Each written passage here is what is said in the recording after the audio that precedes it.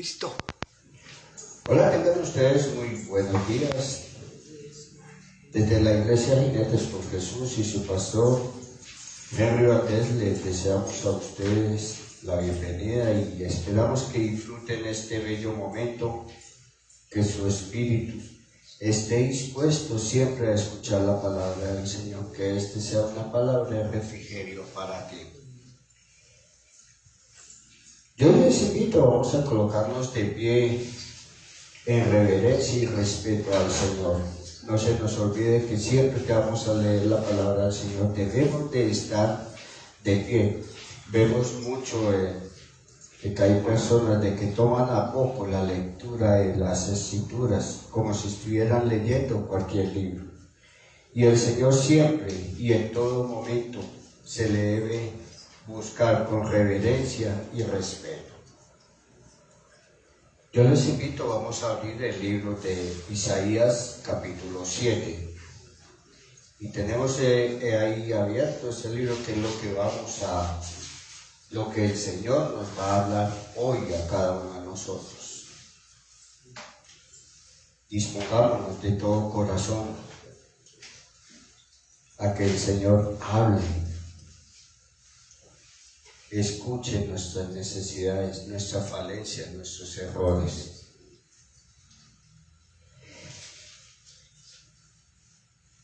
Dice la palabra del Señor en el libro de Isaías, capítulo 7, versículo 1.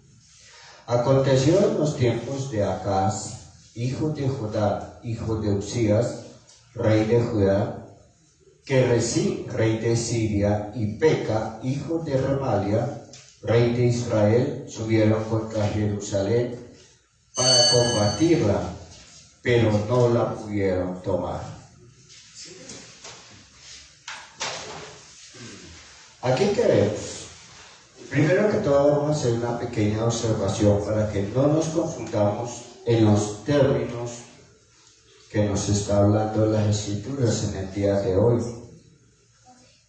No podemos confundir la ciudad de Siria con Asiria. Son dos ciudades totalmente apartes en su constitución política, en sus reyes, en su gobernabilidad.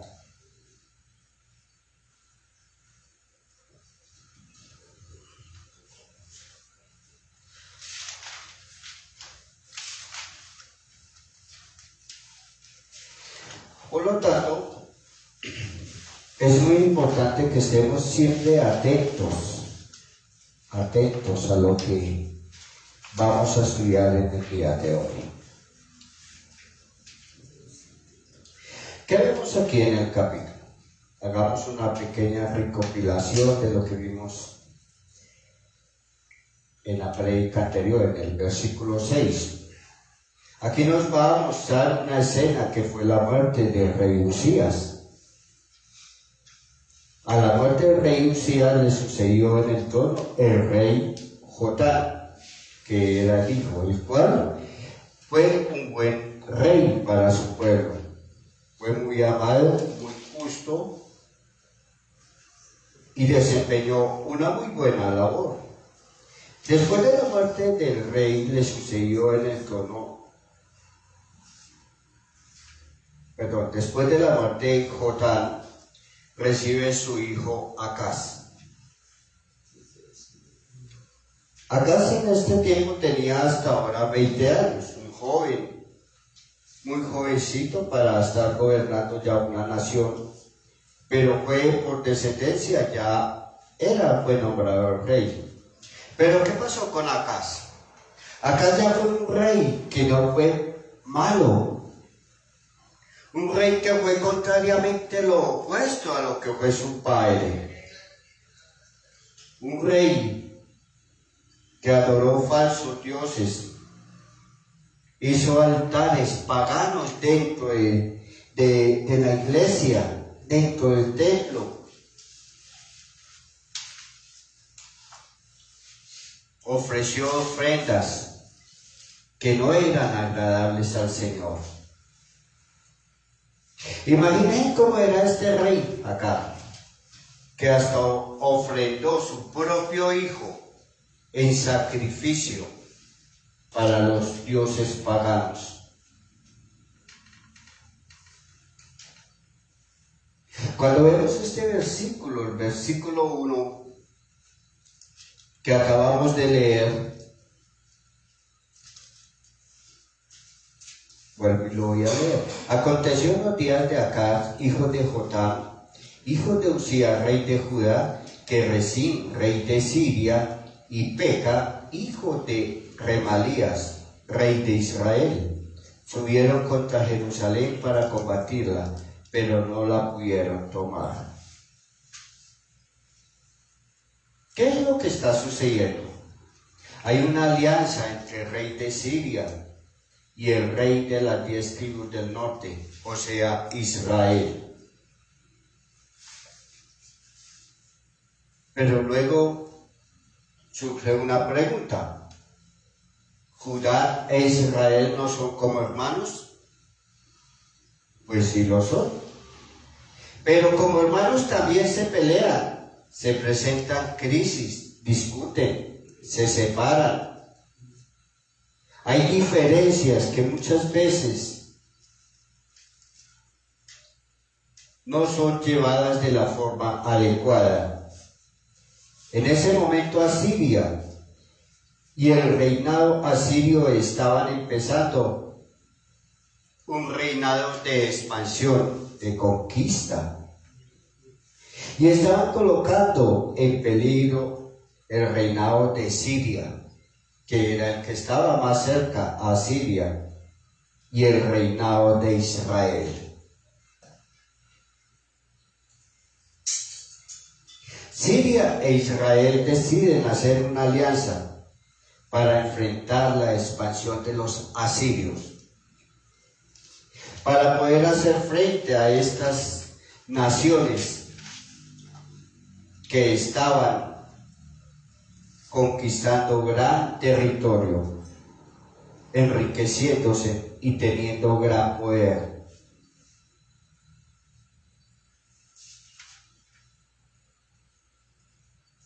Deciden hacer una alianza y quieren involucrar en esa alianza a Israel, a Judá. Pero ¿qué pasó con Judá? Judá dijo, no, yo no entro, no me interesa, no quiero tener problemas con los asirios. Como resultado de este rechazo de Judá, comienza a haber una invasión a Judá. Veamos lo que nos dice en Segunda de Crónicas, capítulo 28.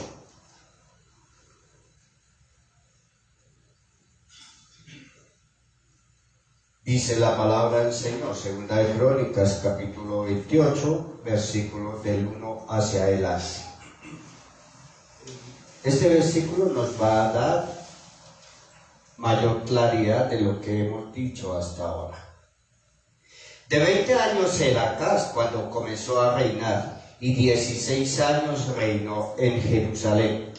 Mas no lo hizo recto delante de los ojos de Jehová, como David su padre. Antes anduvo en los caminos de los reyes de Israel. Además hizo imágenes fundidas a los Baales. Quemó también incienso en el valle de los hijos de Himón.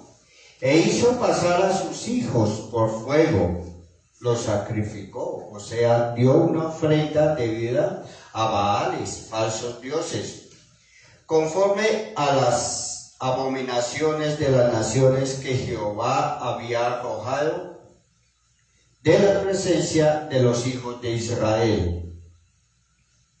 Asimismo, sacrificó y quemó incienso en los lugares altos, en los collados y debajo de todo árbol frondoso, por lo cual Jehová, su Dios, lo entregó en manos del rey de los sirios, los cuales lo derrotaron y le tomaron un gran número de prisioneros que llevaron a Damasco. Fue también entregado en manos del rey de Israel, el cual lo batió con gran mortandad. Porque Peca, hijo de Remalías, mató en Judá en el día 120,000 hombres, todos valientes, por cuanto habían dejado a Jehová, el Dios de sus padres. Asimismo, Sibí, acá entran dos personajes, Sicri, hombre poderoso de Efraín, mató a Masías, hijo del rey de Azreicán, su mayordomo, y a Elcana, segundo después del rey. También los hijos de Israel tomaron cautivos a sus hermanos, 200,000 mujeres, entre muchachos y muchachas, además de haber tomado de ellos mucho el botín que llevaron a Samaria. Esta era la situación que estaba viviendo el rey Acab. Jerusalén aún no había sido tomada, porque Jerusalén estaba en la promesa del Señor. Pero Jerusalén era un completo desastre, era un caos total, ya que el ejército de Acaz había salido a la batalla y en un solo día habían perdido 120 hombres, guerreros, valientes. Y como si fuera poco, les habían sido hechas prisioneras 200,000 personas, entre mujeres, hombres, y además había sido saqueada en su economía. Esta era una situación difícil para Acab, una situación en la cual él no estaba preparado, una situación desesperante y caótica. Muchas veces nosotros también podemos haber estado en situaciones que nos llevan a la desesperación. Situaciones en donde muchas veces vemos cómo las puertas se cierran delante de nosotros, que lo que nosotros planeamos hacer no nos sale conforme a como hemos hecho, a como hemos planeado, como hemos querido. Porque muchas veces son situaciones que nosotros hacemos conforme a nuestro conocimiento, conforme a nuestra voluntad, pero hemos hecho al lado la voluntad del Señor, sus consejos. Pensamos que nuestro conocimiento es más válido que lo que el Señor nos quiere enseñar. Nos creemos autosuficientes. Creemos que porque de pronto leemos un versículo bíblico, ya con eso tenemos para estar en comunión con el Señor. Y las cosas no son así, hermanos. Todo lo que nosotros hagamos, siempre debemos de colocarlo primero en manos del Señor, para obtener un resultado que nos beneficie y que sea satisfactorio para lo que nosotros deseamos.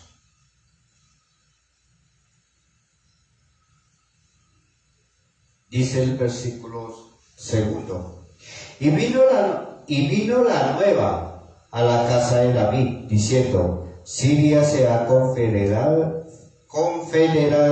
con Efraín.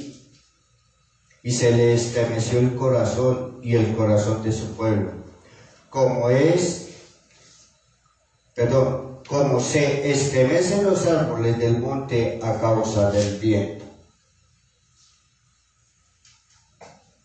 La casa de David es una referencia, es como referirnos a Jerusalén, y en particular al rey que estaba gobernando en ese momento. Es la noticia que llegó diciendo: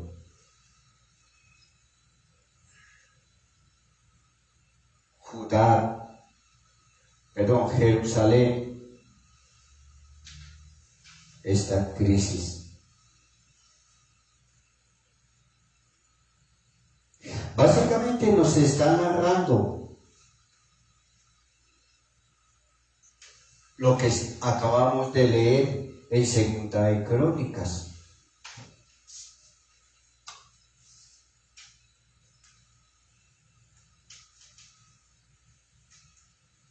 Y vino la nueva a la casa de David diciendo: Siria se ha confederado con Efraín. Hay una alianza. Siria y Efraín es una forma de decirle a Israel, porque de las 10 tribus del norte, Efraín era la más grande. Era el reino del norte, también llamado el pueblo de Efraín. No sé cómo usted, que se encuentra aquí hoy presente, usted que nos está escuchando en las redes sociales, cuando tiene una dificultad, ¿cómo actúa usted? ¿Dónde busca su ayuda? ¿A quién acude?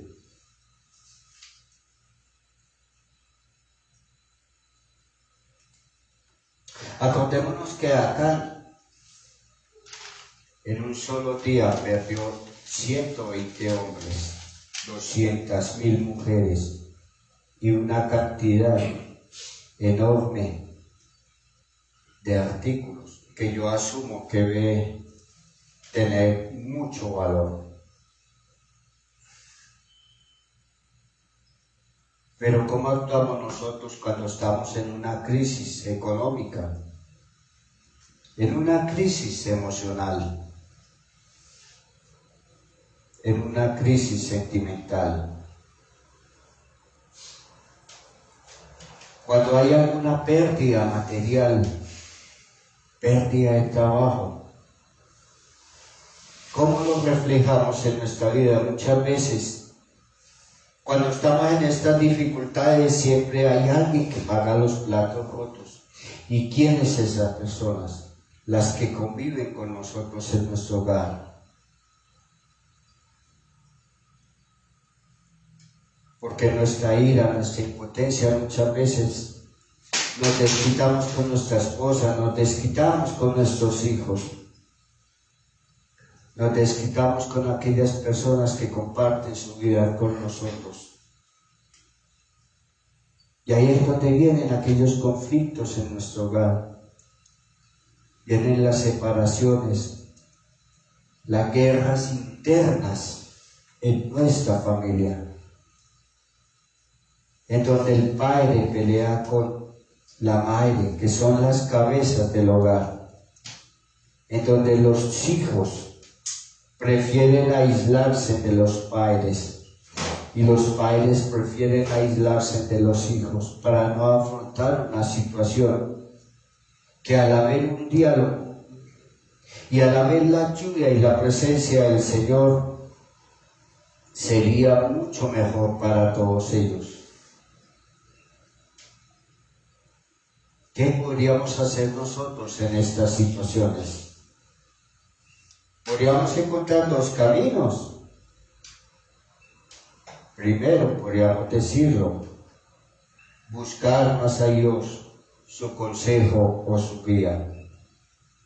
O el otro camino, alejarnos de Dios y pensar que Dios no escucha nuestra oración, que Dios está muy ocupado, que está haciendo cosas más importantes, que nuestros problemas no le interesan al Señor, o que el Señor no los conoce.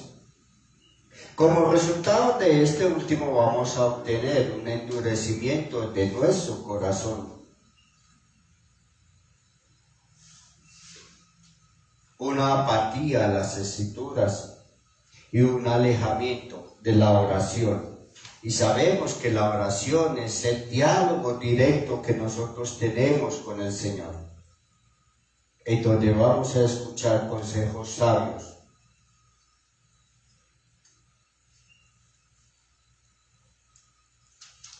Muchas veces No compartimos las situaciones que estamos viviendo, las dificultades que estamos pasando en nuestra casa, por nuestro orgullo o nuestra vanidad,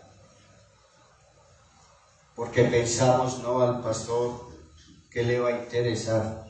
O a él no le interesa porque mi vida es aparte de la iglesia. Lo que es de mi casa se queda en mi casa. Y lo que es de la iglesia es de la iglesia. Pero las cosas delante del Señor no son así, porque el Señor nos conoce. El Señor conoce nuestra necesidad, conoce, y Él nos brinda su ayuda, pero hay que buscarlo por medio de la oración, por medio de la lectura de las Escrituras.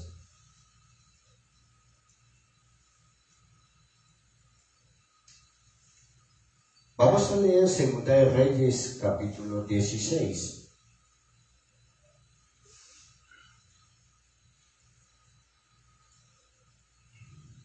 Vamos a leer desde el versículo 6.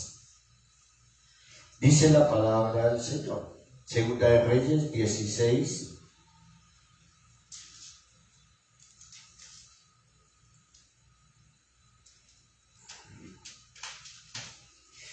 Después el rey de Acab después fue el rey de Acab a encontrar a Tiglat-Pileser, rey de Asiria, en Damasco. Y cuando vio el rey Acab el altar que estaba en Damasco, envió al sacerdote Urías el diseño y la descripción del altar conforme a toda su hechura. Y el sacerdote Urías edificó el altar conforme a todo lo que el rey Acaz había enviado de Damasco. Así lo hizo el sacerdote Urías, entre tanto que el rey Acaz venía de Damasco. Y luego el rey vino de Damasco y vio el altar. Se acercó el rey a él y ofreció sacrificio en él. Y encendió su holocausto y su ofrenda, y derramó libaciones, y esparció la sangre de su sacrificio de paz junto al altar. E hizo acercar el altar de bronce que estaba delante de Jehová, en la parte delantera de la casa del altar, y el templo de Jehová, y lo puso al lado del altar hacia el norte. Y mandó el rey Acab al sacerdote Urías, diciendo: en el gran altar encenderás el holocausto de la mañana y la ofrenda de la tarde, y el holocausto del rey y su ofrenda, y asimismo el holocausto de todo el pueblo de la tierra y su ofrenda y sus libaciones, y esparcirás sobre él toda la sangre del holocausto y toda la sangre del sacrificio. El altar de bronce será mío para consultar en él.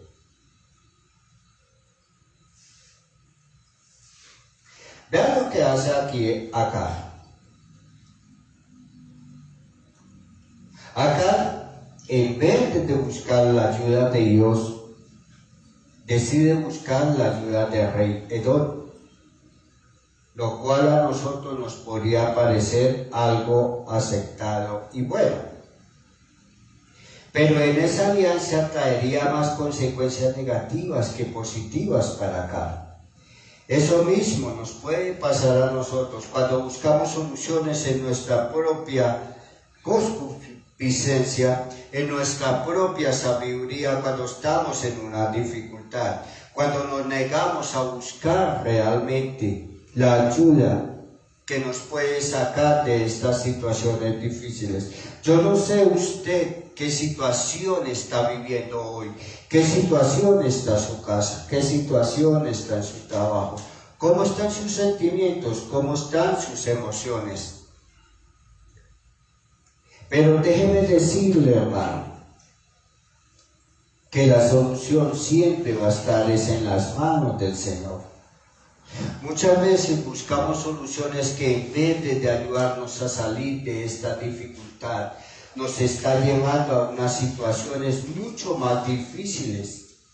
Y vemos aquí como Acab decide hacer un altar, porque ve el altar de Edom, un altar bonito, lleno de lujos, con mejores imágenes, telas delicadas.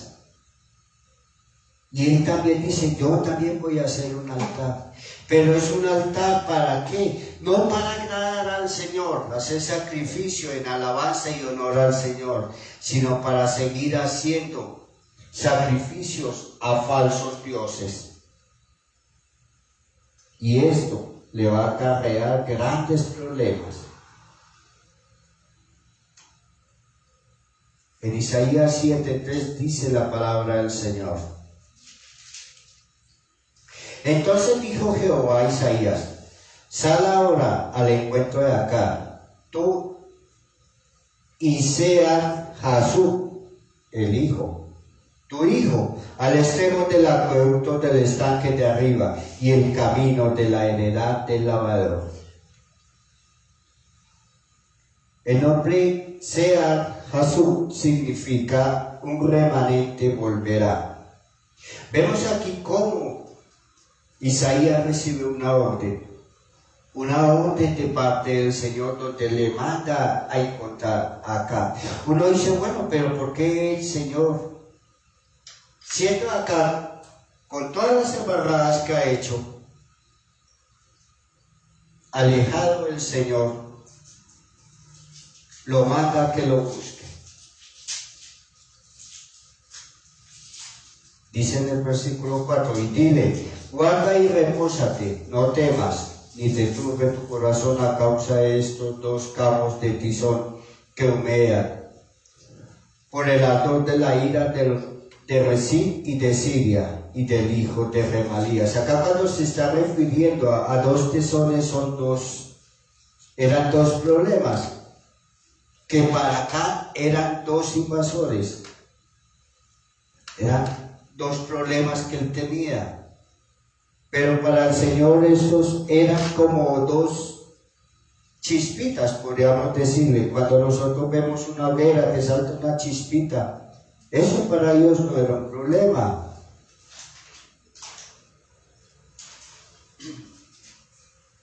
Y acá vemos como acá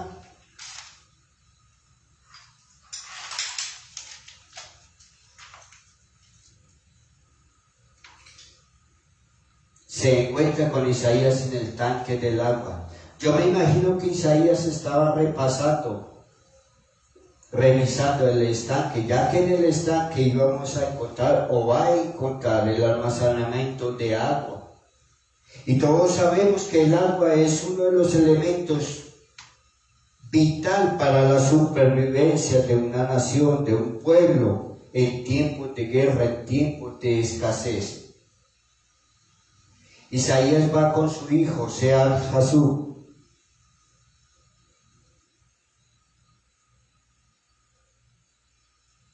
Y he aquí,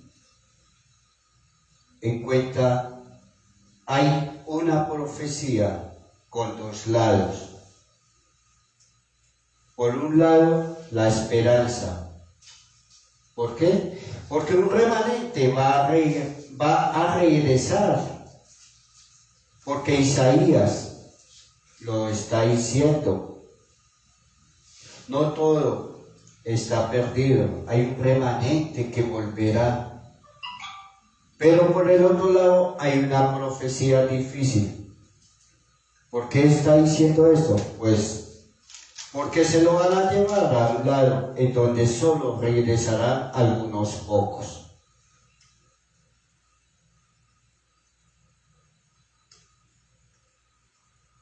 Vemos como acá un hombre lleno de pecado, desobediente, apartado de Dios, que hizo cosas que ofendían el corazón de Dios, ofrecía sacrificios.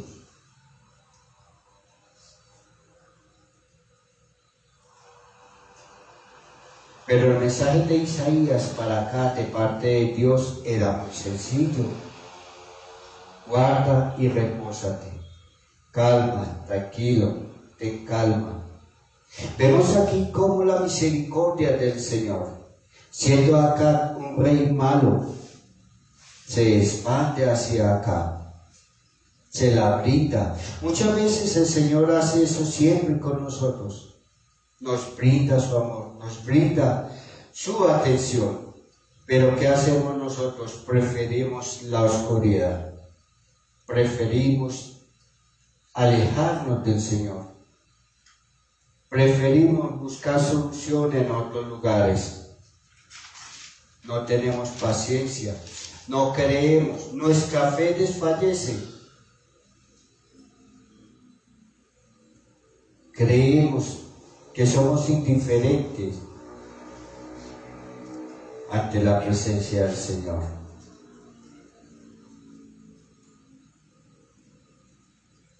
Y se nos olvida que Dios está atento, que conoce nuestra situación.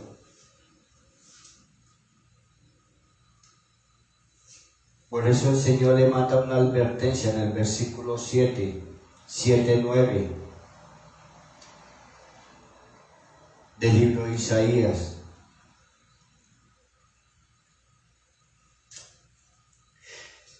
Y la cabeza de Samaria el hijo de Remalías.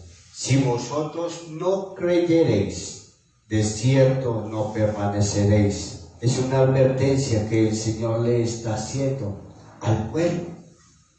Acá, si no creyeres, hasta acá Dios muestra su misericordia y paciencia con Acab y su pueblo.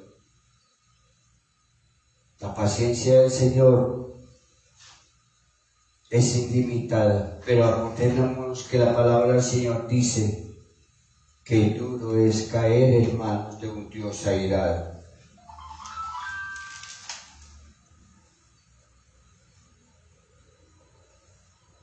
Y vemos cómo el Señor le pide a Acab que lo pruebe.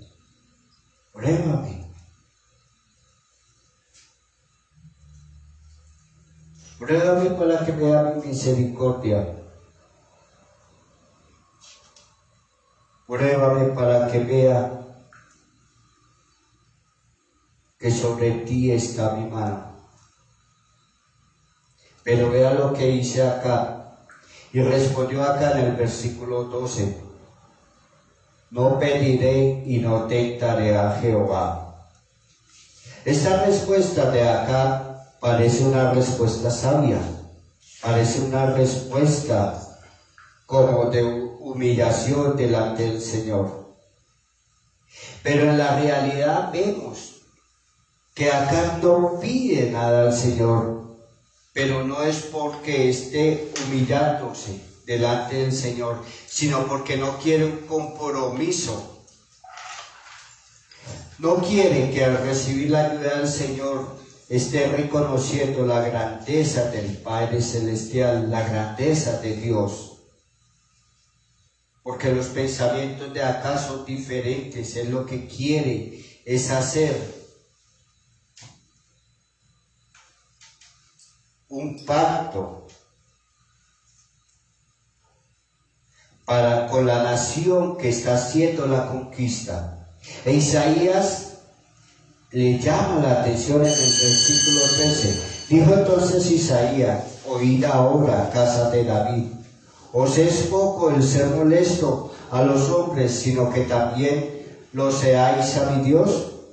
Por tanto, el Señor mismo os dará señal. He aquí que la Virgen concebirá y dará a luz un hijo, y llamará su nombre Emmanuel, que significa Dios con nosotros. Acá, ¿qué es lo que vemos?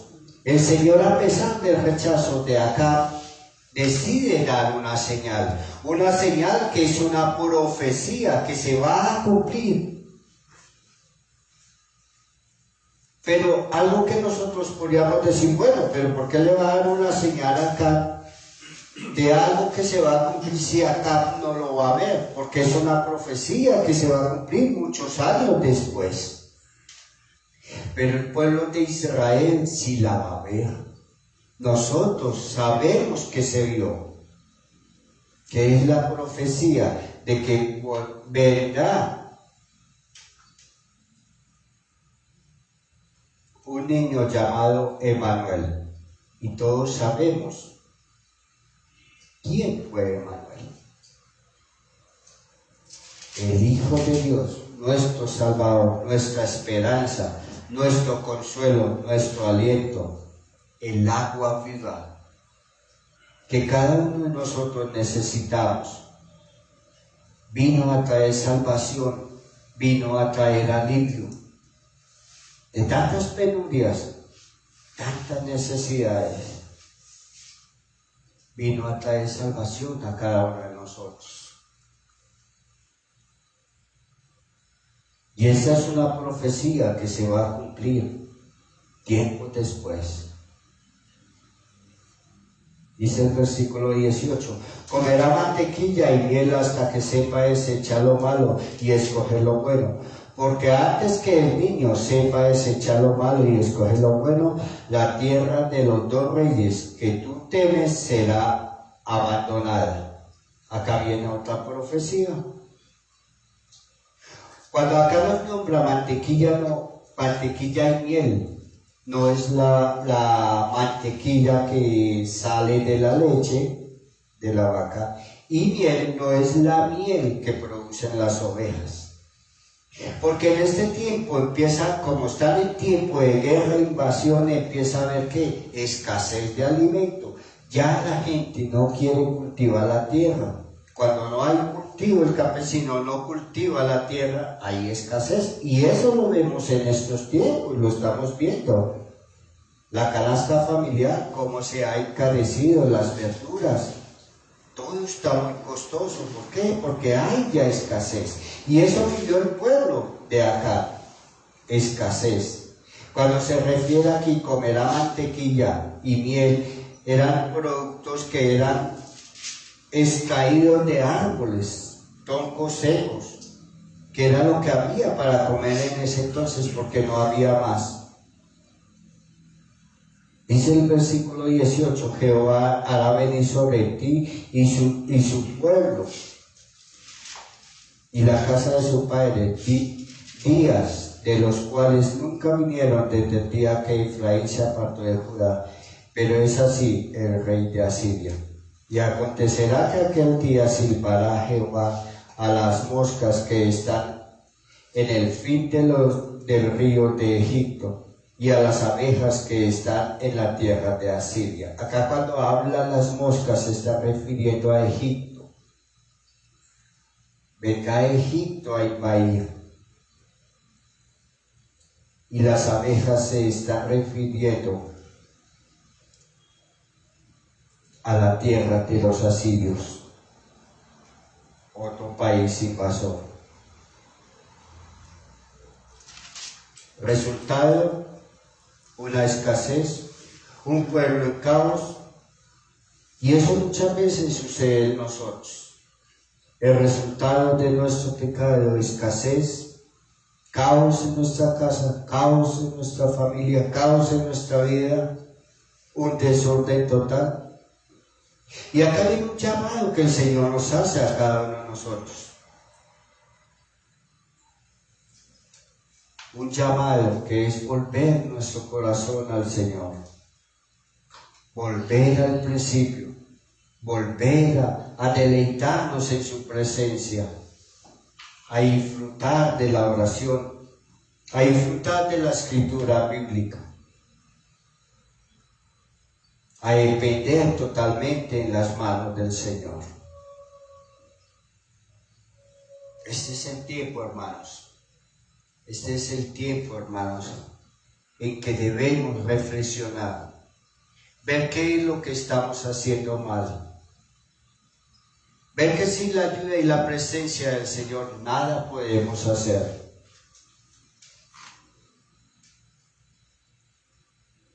Qué bonito es de que como familia podamos reunirnos frente a un altar, levantar nuestras manos y darle alabanza al Señor, honra y gloria, reconociendo que Él es el Rey Supremo, en nuestra vida, en nuestra casa, en nuestra familia.